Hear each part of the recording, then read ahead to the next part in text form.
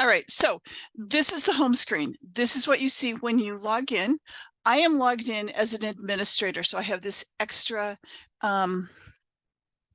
menu item up here. Okay, we do have a warning up here regarding a test that someone from one of our service providers was doing.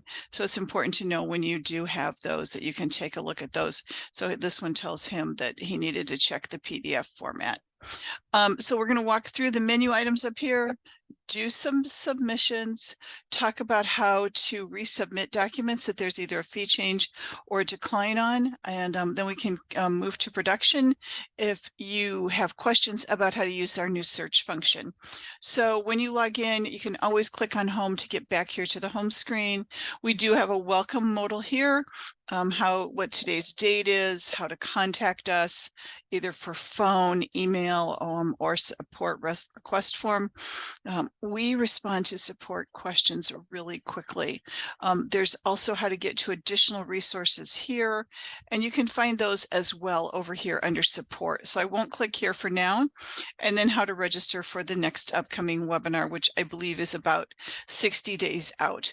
If you are with an organization that has a team of people that wants to know more about a submission, we'd be happy to present a webinar for you. It's free, and we're happy to do that to help you get going, understand the process, those kind of things. I can change my password here if I like.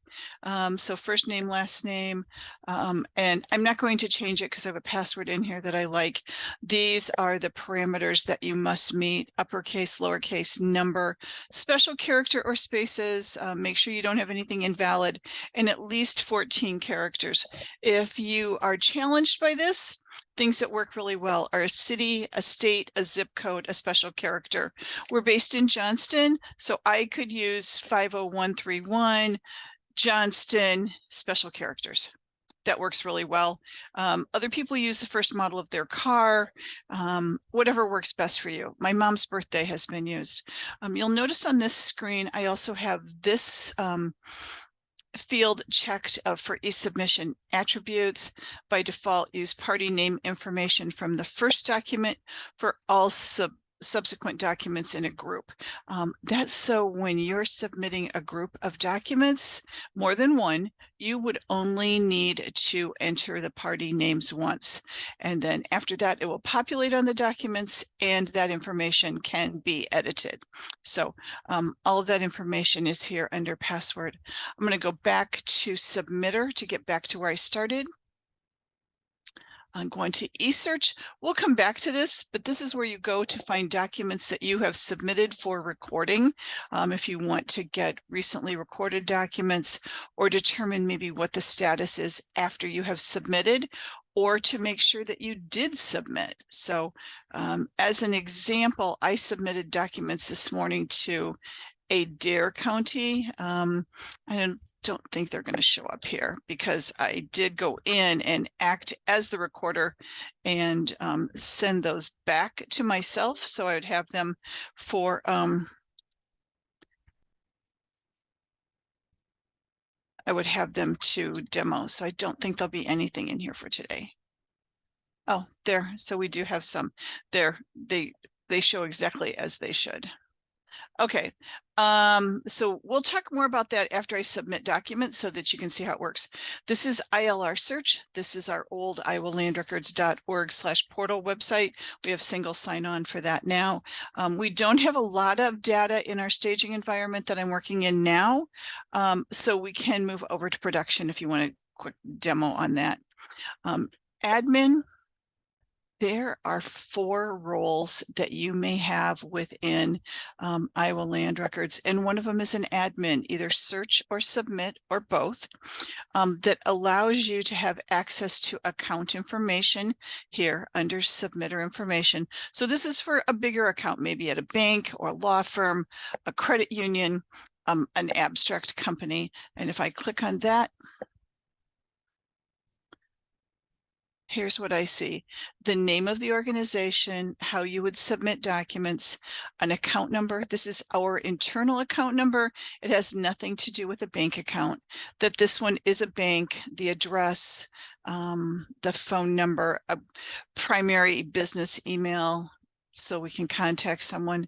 And if I select edit, the fields that are editable do open up for you, but you will not be able to change the name, the submission type, or that account number or organization type. If there's an update that needs to be made there, you would need to connect with our office for that. You can correct the address, and we'll make this be correct today. And then simple process of saving. As an admin, you also have access to submitter payment information. Again, this submitter account number is our internal account number. You've got the name of the account. If you select edit, you will see that there's no information saved here that is displayed for the bank account number. Credit card or bank account are the preferred method of payment. We do have one other type of payment available. It's a drawdown, like an escrow account. If you're interested in that, you can let us know and we can discuss. But most of our submitters use either a bank account or a credit card for payment. And just don't be— Hey, Lisa. Yes. Sorry to interrupt, but when you tried to turn on chat for everyone, it still didn't work. So I asked Corey to come step into your office to see if she can help you turn that on. I also don't think anybody can use the Q&A right now. So sorry, everybody, for that malfunction. Normally, I'd be able to turn it on for you, but for whatever reason, I can't. So Corey is coming over to help you get that figured out, and we will resume momentarily. Okay, it looks like we have the chat on for everyone. So sorry about that. You should be able to put in your questions and comments now. I'll hand it back over to you, Lisa. All right, thank you. So back to payment information. Don't be surprised when you open up this account, this screen, if you're doing something, making a change here, that there's no information displayed here. It is saved in the background for future use. And if you make an update and then save again, it's not going to display, but it is saved in the background for future use. If you were to make a change here to this email address, you are required to enter the banking or credit card information here. So we'll keep going here on other things that admins can do. They have access to all of the user information. This is our test account, so we have lots of users in here. As a submitter or a search organization, you are required to have unlimited users in all roles on your account. So you want everybody to be an admin so they can take care of things. That is 100% your decision. And then going back to submitter, they also have access to reports. So the reports are either a delete report if you wanted to see what groups somebody on your team had deleted, or a settlement report that can be used for reconciliation purposes. So I'm going to generate for July quickly so you can see here all of the documents that have been recorded so far this month. So the county, the charge amount, the group name, the transaction date, and then as we scroll across, you can see who submitted that. So you've got that information if you need to follow up with someone, and you can export this so it is available for reconciliation purposes. Going back to admin, I skipped over a couple things on users that I wanted to talk about, and that would be the additional user roles that you can have. So we have a submitter accounting role. That's somebody on your team that would have access to the settlement report, and they would be able to update the payment information, but they wouldn't be able to submit documents for recording. Any of these roles are easily changed to whatever search serves you the best. So if you start someone as an accounting person and you want them to switch to submitter or submitter admin, no big deal. You as the admin can easily make that change right here by making them an admin, and then you can undo search if that's what you want. So that's in there. Okay, so then we have Submitter, user, and search. This was somebody who can submit documents for recording and they can do search. Here we have submitter admin. If you're a submitter admin, you're absolutely a search admin as well. So you have basically all the power. So you can search, you can submit documents for recording. You have access to all the reports, all the company information, all the user information, and as an admin, you can edit the groups that other people have submitted. And then a reminder that you may have as many of each role as you like. There's no limits on that. So this is our test environment, and we do have a lot of people on this account that we use for testing. When you set up a new user, so if we had set this person up today, the status is pending. It does ask you as you go through this process of setting someone up, username, select the role, enable search if that's what they need, first name, last name, email address, phone number. Here's that by default, that attribute that I talked about, so that only party name has to be entered once, and then the passwords, enter and confirm a password. And when you do that, their status is pending. So there is not an email that will come to them or to you to tell you what they need to do. When you as an admin set up a new user within your organization, you should provide them with the URL to log in with, the username, and the temporary password. And that temporary password is valid for 24 hours. And then after they log in and update their password, their status will update to active. If they don't log in within 120 days, their status will become deactivated due to inactivity. And as the admin, you can reactivate them easily by clicking right there. And that's good for about 24 hours as well. So if somebody says, hey, I can't get in, you find them deactivated, reactivate them. When they log in, they're going to be prompted to update their password, but they do need to do that fairly quickly, like before the end of the day, if possible. Okay, I'm going to go back to submitter, and we're going to go on to submitting documents. So if you're ready to submit documents, whether you have done it or before or not, let's just walk through the whole process. So when you're submitting documents, you're submitting them in what we call a group. Think of it as almost like an envelope if you were addressing it to go to the recorder, or a container. So maybe if you're close to the courthouse, you drive or walk over and you slide those into a folder to get them to.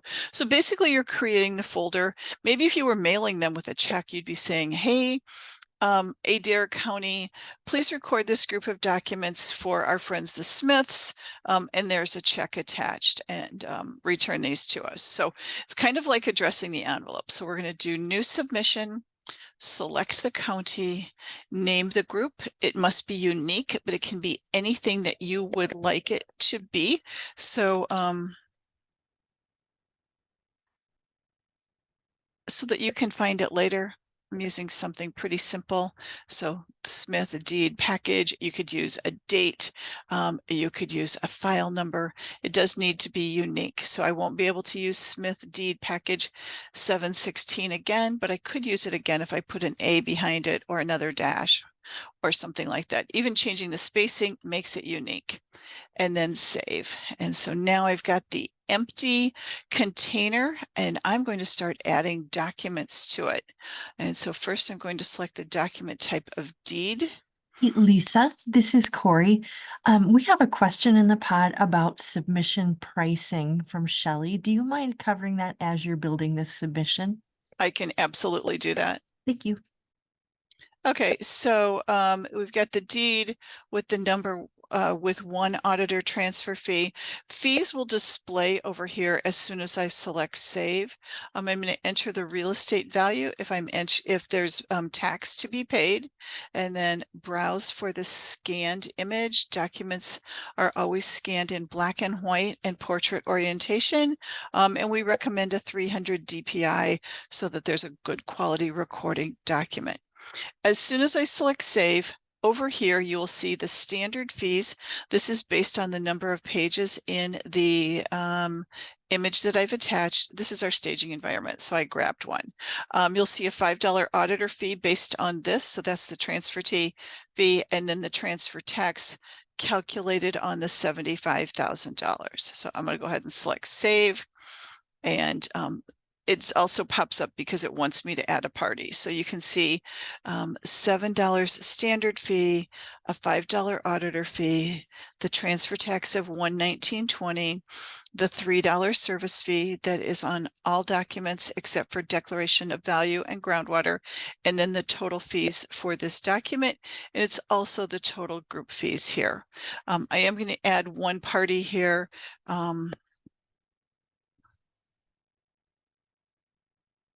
And then save so that you can see that a little bit better. Okay, so you as the submitter must enter one party, and that's all there is room for in e-submission. You can enter one party. Be assured that the counties, the recorder, will index all the names, all the parties on the document, but you're only entering one here so that they can make sure they're looking at the right document. Then we've got a couple warnings here that it needs a declaration of value and a groundwater. So I'm going to go ahead and enter those. And these are the documents are in alphabetical order. I'm going to browse for the image and save. And you'll see there's no fees. So there's no recording fees and also no e-submission fees for the declaration of value. And so once so the total group fees don't change. And then I'm going to continue with the groundwater because the system is telling me that I need one. So on a conveyance document, not sure I have a groundwater saved. On a conveyance document, a deed, a warranty deed, a contract or quitclaim deed, the system is looking for those what are sometimes known as helper documents, the declaration of value and a groundwater. And if you are not including those, the system won't let you submit. I know that you can enter the exemptions on the document, that you go ahead and use that within the text of the document, but the system isn't actually reading your document. So I'm going to go ahead and submit this one. And then I'm going to add another document, a deed that is exempt from those documents. So we still have the auditor transfer fee. You still have the real estate value. Maybe this is a deed in fulfillment of a contract. If that's the case, you would only pay the transfer tax now. But the declaration of value and the groundwater, those were recorded at the time of the contract. So you're selecting these exemption boxes right here. Or you have a situation where the groundwater is exempt, the deed or the conveyance document is exempt from the groundwater because of that law that went into effect a little over a year ago, I believe, that said if there are no positive conditions, the groundwater does not have to be submitted. So that's where you're coming here to select the exemption box, and you're making sure that you've got the exemption language on the image itself. And now grabbing the image to attach to it, and you'll see that it has absolutely pre-populated this party name down here, and I can change that if I want to.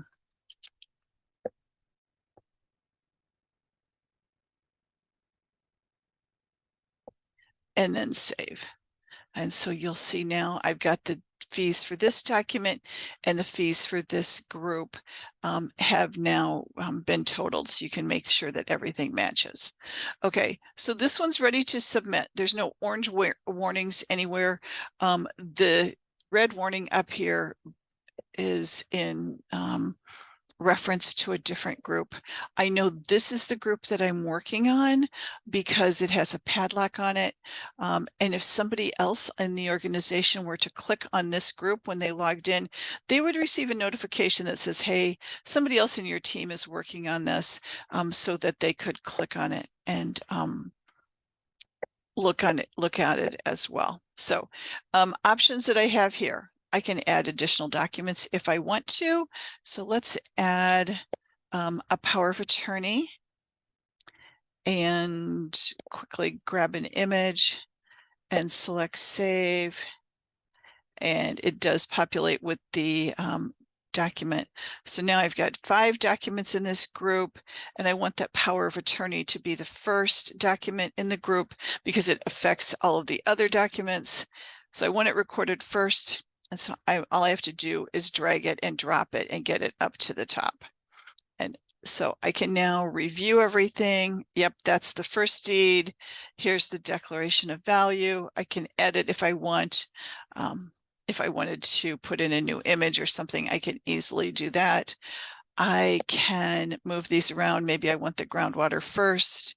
I can change the county if I didn't want to switch to Adair. If I didn't want to submit to Adair, I could submit to Adams or whatever works best. So if everything looks good, last step is always submit group. In progress means it hasn't been submitted. It doesn't mean that the recorder has received it and is sitting on it. It means that it has not been submitted yet. And so I'm going to go ahead and select submit group. And then up here, you'll see this notification that it was submitted successfully. So let's see. All right. So did I answer the question about fees? The recording fees are the same. Those are set by law. The difference is in the $3 e-submission fee. And if your organization uses a credit card for payment, much like if you went to the recorder's office and used a credit card for payment, there is a processing fee. At the recorder's office, I believe the fee, if you use a credit card, is 3%. If you use it here for e-submission, it's a little under 2%. It's 0.01865. We're always happy to help you calculate those.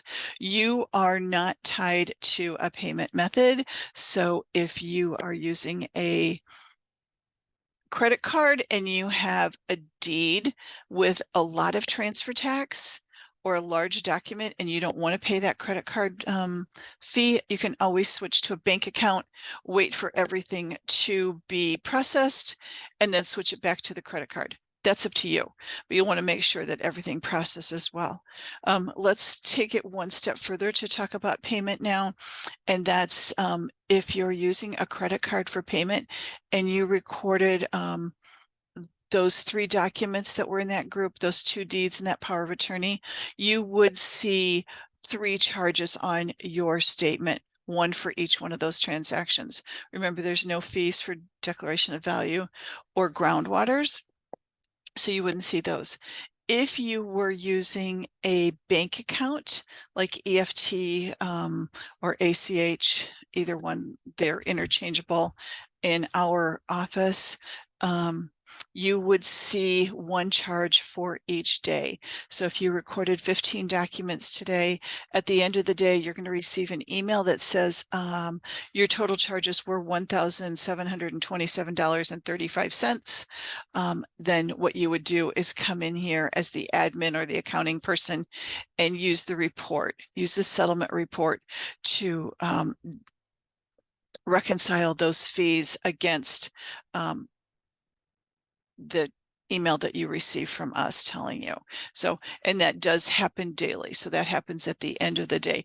With a credit card, if there was a document recorded this morning and 3 more this afternoon, we're going out and requesting payment on each one of those.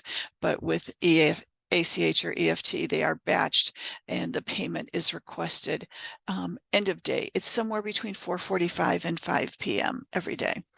Okay, so how do you set up favorites in the document types? It's an algorithm that as you are using it, it does it does start to know that. But I think it's pretty easy to use it as far as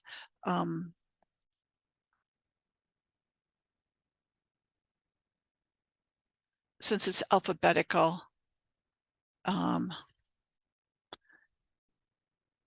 Once you start hitting a letter, it automatically goes to those. So I'm just kind of popping around here, hitting different letters. So it goes to that document type. Stormy, does that answer your question? And someone had the payment question. Make sure that that is answered too. So I'm going to submit some additional documents here. Documents in a group all need to go to the same county, but they don't need to be related. So as an example, you work at a bank, your bank purchased another bank, and you have lots of assignments. You could put all of the Clay County assignments in one group. So you would maybe have a group name. Let's start another group here.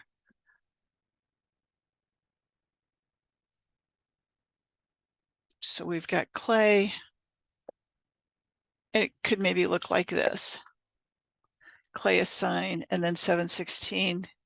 And then you would be able to enter, you know, you've got this assignment and this one belongs to the Smith family. And so you've got that one, and you could put Smith on this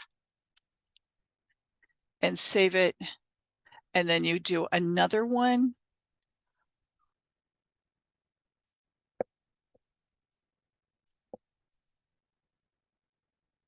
And then you'd want to edit this party down here so that you know that this one actually belongs to Mary Jones. And then save. So they all have to go to the same county within a group, but they don't have to be related like that deed package. As an example, we have a submitter that submits about 10 documents in a group, and it's all their releases that are going to one county. I've also seen them do all mortgages. In general, we would encourage you to not submit more than 10 documents within a group. But if you need to do more because everything is related, then yes, that's absolutely fine. But 20 releases within one group, probably not the best practice. Okay. So I'm going to go ahead and change this on back to Adair County because that's where we do most of our testing. And then I'm going to submit the group. But if I decided I didn't want the group, I've got this cute little trash can over here and I can get rid of it. Just remember that if you delete something, you can't go back and get it again. So, okay, questions about the submission process and or anything that works within your organization that you will specifically be submitting that you have questions about?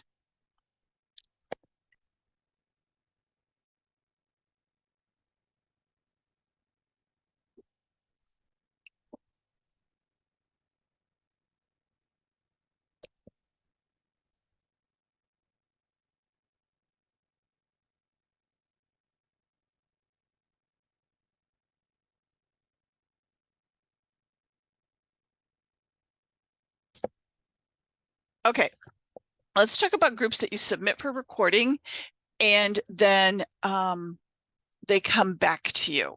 So imagine in the paper world, you take something to the recorder's office or you mail it to the recorder's office and there's a problem with it. So if you take it to the recorder's office, they're going to tell you what's wrong with it while you're in front of them, or you leave it and you go back and pick it up and there's a note on the document.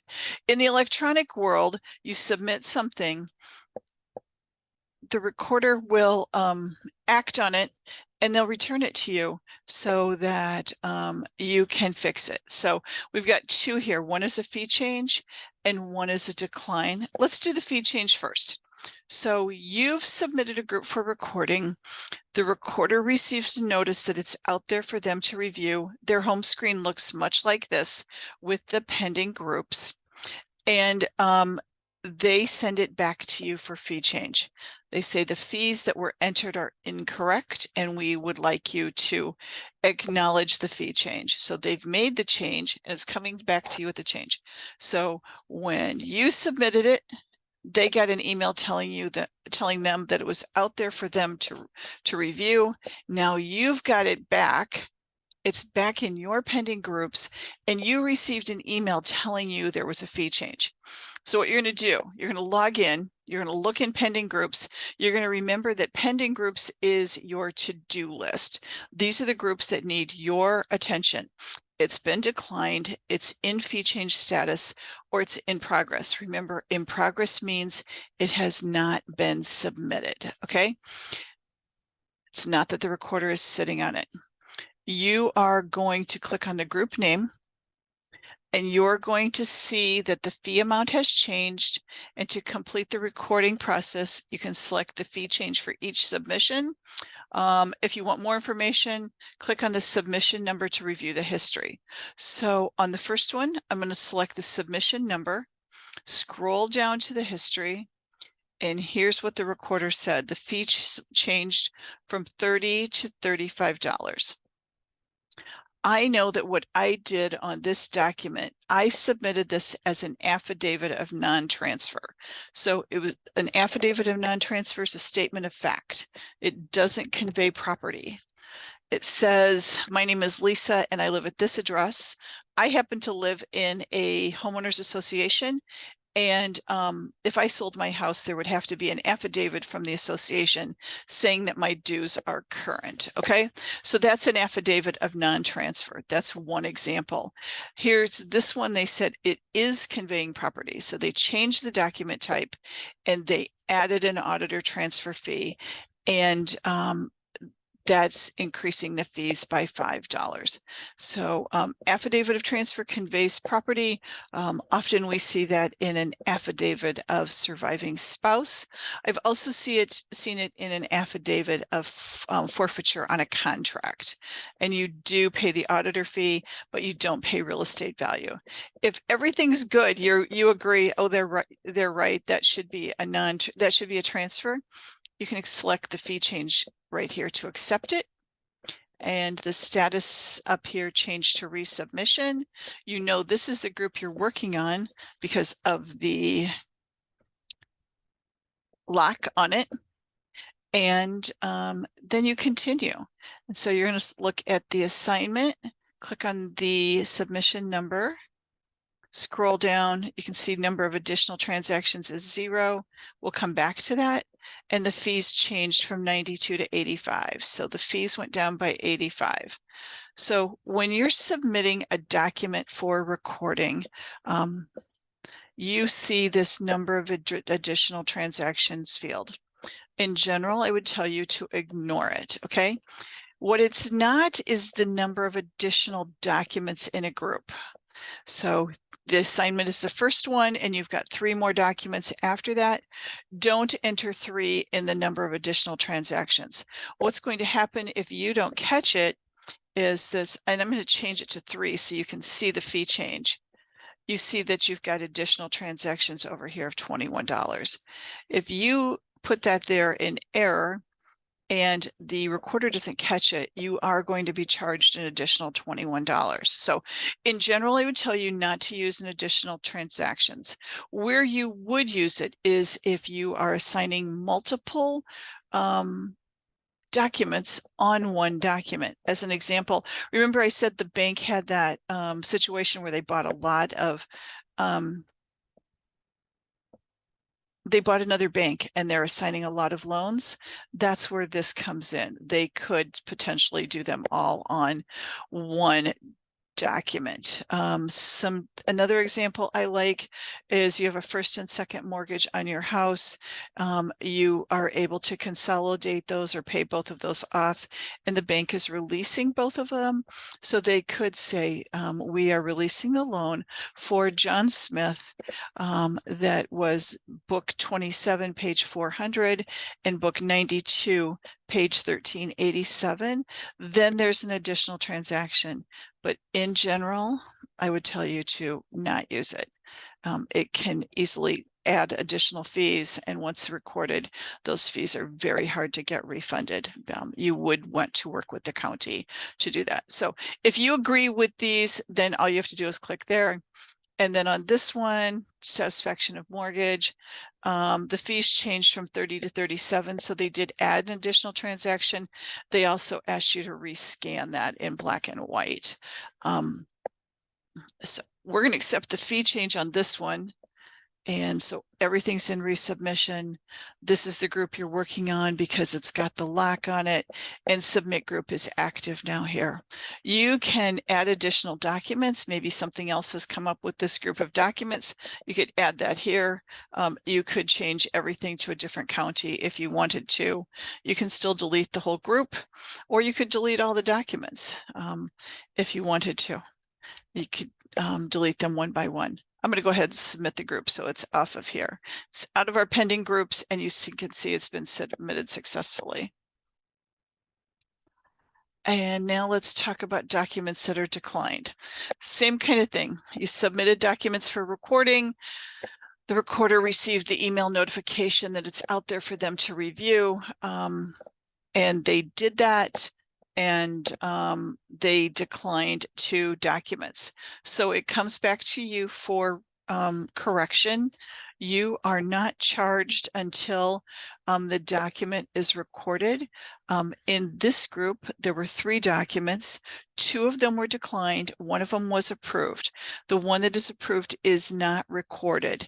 It's approved, and it won't be recorded until you resubmit it with these documents with corrections, or you resubmit it separately, but it's not recorded and you have not been charged. So be cognizant of that. We're going to go ahead and do these. So you receive the email that it's declined. In the email, it'll tell you what needs to be corrected. So you're going to log in, click the group name, and then the submission number of what was declined. And then scroll down here, and they're asking you to scan it in black and white. And so you'll select edit, and then right down here, replace document image, click there, find a new one, and save. Remember, this is our staging environment, so fees could change as well because I'm using sample documents. And now that one's in resubmission. So repeating it for the covenants here, select the submission number, scroll down here. They're saying the first page requires the 3-inch margin. Everything looks good. Select edit and find the new image and save. Remember, the fees update if you use more pages or something like that. Also, here's the total group fees. So I really like the total group fees. We incorporated that in this, which we call eSubmission 2.0, based on what some focus groups told us that we were working on about 2 years ago, that you really wanted to see that as submitters. And so now you've got resubmission approved. There's been no charges yet. You're not charged until anything is recorded. And then submit group. And there's the information up there that it was submitted successfully. Looks like we've got a fee test down here that Corey's working on. And one that's in progress. So remember, in progress means it hasn't been submitted. I started this group earlier today, added some documents to it. Oh, it looks like I just submitted it. I didn't mean to do that, but it's fine. Oh, wait, here it is. And this one I have, there's no documents in it. So I'm going to go ahead and delete that one to get rid of it because I don't want that on my home screen. Okay, so eSearch now to find out where our documents are. So I'm going to select eSearch, and I'm going to search by county because I submitted everything to Adair today, and then the submission date and today's date.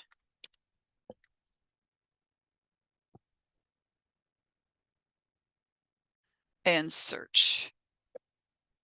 And there's everything for today. And you can see the submission number, when it was submitted, the county, the status, and the documents, and these, so it's in, this is in ready for stamp preview, or stamp preview created. So it's still getting through the submission process. It should catch up here in a second. Let me do it. Let me do one more search. Oh, okay, it'll take in a second. And then we've got ready for recorder. Those are the ones that the recorder has been notified that it's out there for their review. I'm going to broaden this search a little bit so you can see some additional statuses. So we have county index paid. That's all we've got. Okay, let's go back to June.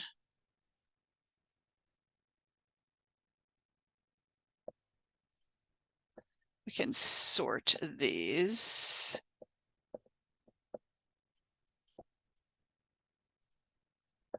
So these are all paid.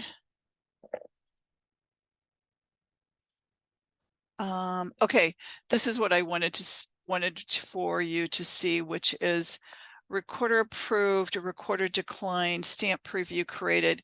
So after you submit something for recording, it's ready for recorder. Then it goes to recorder approved if they approved it, if it's continuing through the submission process, and then ready for download, and then downloaded, which is up here, and then stamped. And then it goes to county index paid. And it would be at that point that you would be notified that it was out there and recorded and ready for you to obtain the recorded document. And you could do that by doing this by search by county, or you could do it through recently recorded. So and this would return the most recent 500 records, and you would click on submission number and then review the document. These are test documents. This is one we were testing yesterday. Even though it says Adair, we were testing for Guthrie County because a picture had been submitted. So she wanted to make sure she was going to have a good quality recorded document when she is started, when it was recorded. So okay.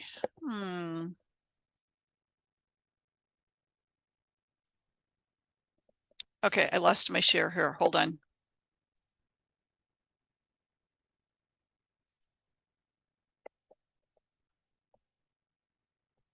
Shoot. Okay. Corey, I may need technical assistance.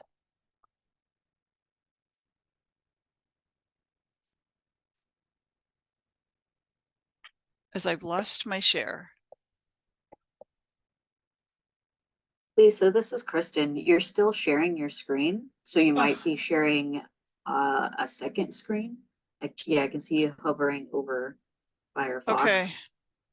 Okay, I think I just kicked I can myself see it. out. Okay, thank you. I think I just kicked myself out. Okay, no big deal. Yeah, I see a spreadsheet. You guys, change I would like to mistaken. personally apologize for there I go, all the technical difficulties this morning. It's not always like this. So anyway, let's go back to, do you have questions about the submission process? Okay, here, question.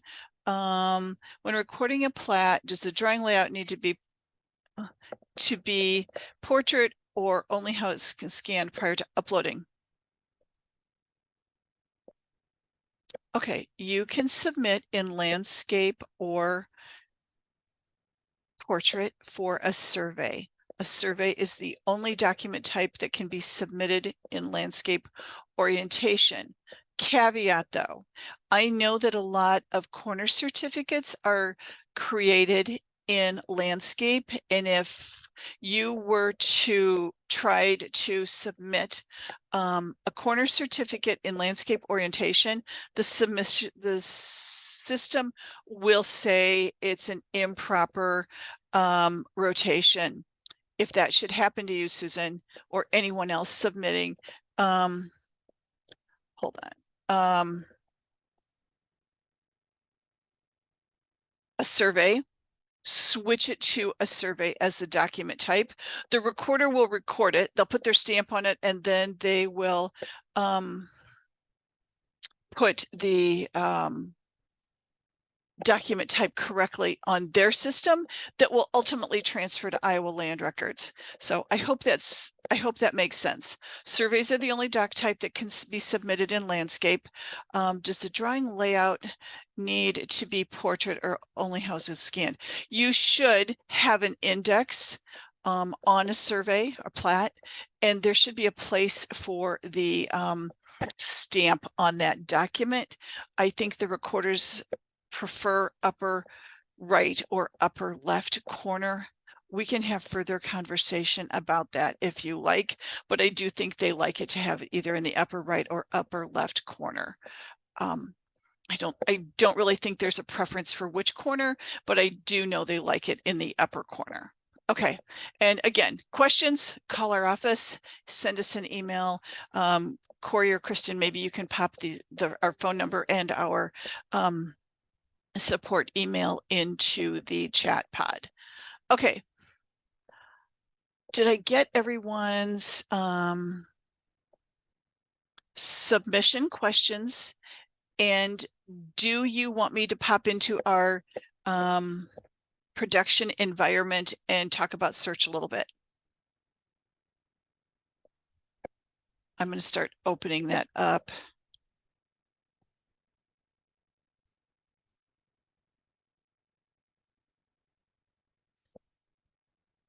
So this is our login, and I'm going to go to public search. As a user, this is what your search would look like. And so a couple things that I have here is I'm going to do a name search. I'm going to search by person name.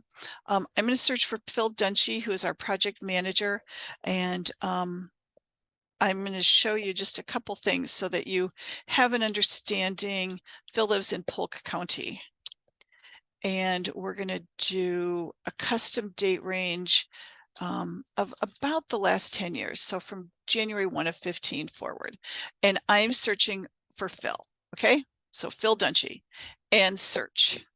And so here we've got 5 results for Phil. But gosh, that doesn't look like it's really complete, does it? So let's do this. Let's do refined search and do this. Add an asterisk as a wildcard so that I'm going to get now Philip with either 1 L or 2, because he knows that his name is sometimes spelled with 1, sometimes spelled with 2, depending on who did it. And so we're going to search for that same time frame. Remember, before we had 5 results. And now look, there's 9. So the search tip here is use an asterisk for the wild card. And then you can sort this. So you want the ascending date range. So the oldest one as close to January 1 of 2015 as possible. That's the oldest one. Here's the newest one. These are all in Polk County. I could also change it to a document type if I wanted to see, okay, we've got mortgage, release, warranty deed. Okay. I'm going to go back to refined search, and I'm going to put another county in here. And I don't think he has property in another county, but if he did, then that would display as well, no more property, but we could change this to ascending by county. Okay, all makes sense. Let's do a name search. I have to think for a second. I was helping somebody with something yesterday. And we'll just do this in Wright County. So Wright, this is an organization. This is in Wright County. We're doing Wright because we want to get everything that may say Wright County in the name. So I've got Wright and then the asterisk. And it'll take a second while it loads.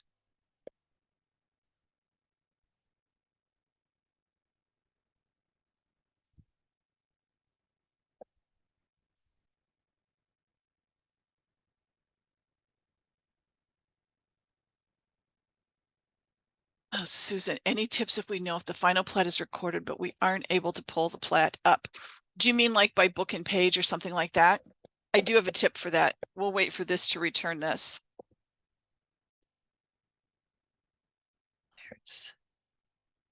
Okay, we can try to search for that. Do you have any idea of the recording date? Waiting for this to return some results here. So while we're waiting, questions, and then I do hope that none of you had storm damage last night if you live in the Des Moines area. And Susan, I appreciate your question because I love to search. Okay, this is taking a little bit of time longer than I expected. So we'll let it go for another minute or so. It should be much quicker than this.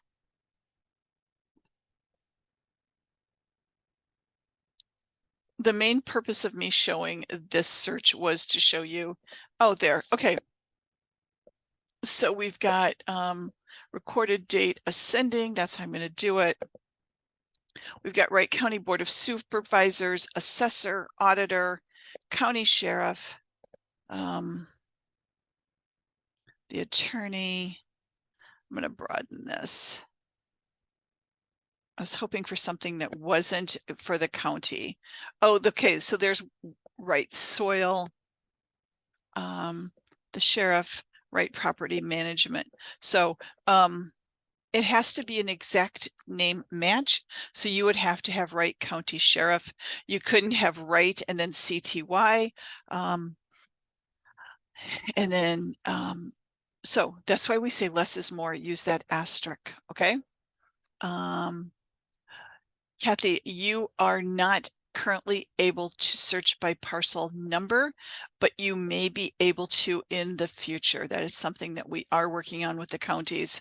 Are you familiar with the Beacon Schneider website? That's a great place to get recording information.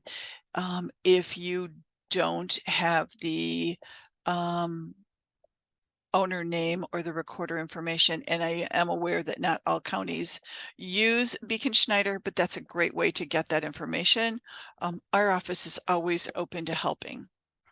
Okay, so you could do a document type search, Benton, and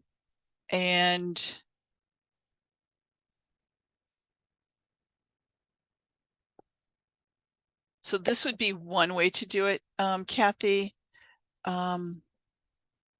So this probably isn't a great place to start for you, but this would be an example. Surveys and plats, all of this year in Benton County, and there are 48, and then you can scroll through to determine if any of those are what you're looking for. But for Laird's first edition, let's do name, organization, Laird's without the apostrophe, Benton, and custom. Let's see what happens. Oh, look, there's an easement, a deed, groundwater, no mortgage, no survey, but we can look at this one and see what it is.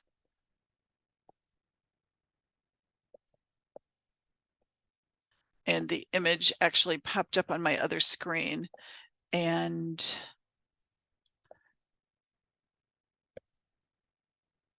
okay. So here's what it says when I clicked on that other. It was approved in 2017, but I wonder where that was. So what if we did doc search Benton survey?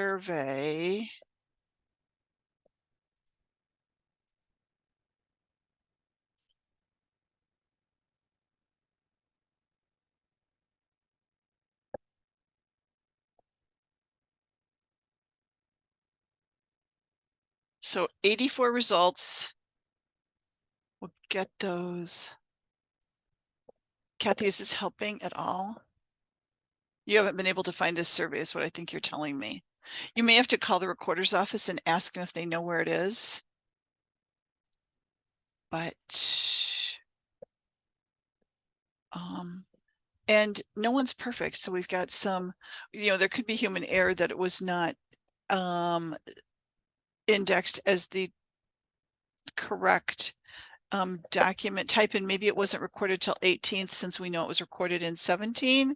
I'm happy to connect with you offline and see if I can help you find it. It's not popping up here real quick, but we'd be happy to help you find that. Okay. No, what I pulled up is, oh, well. Okay, so here's what I pulled up as other. I guess I didn't scroll down far enough.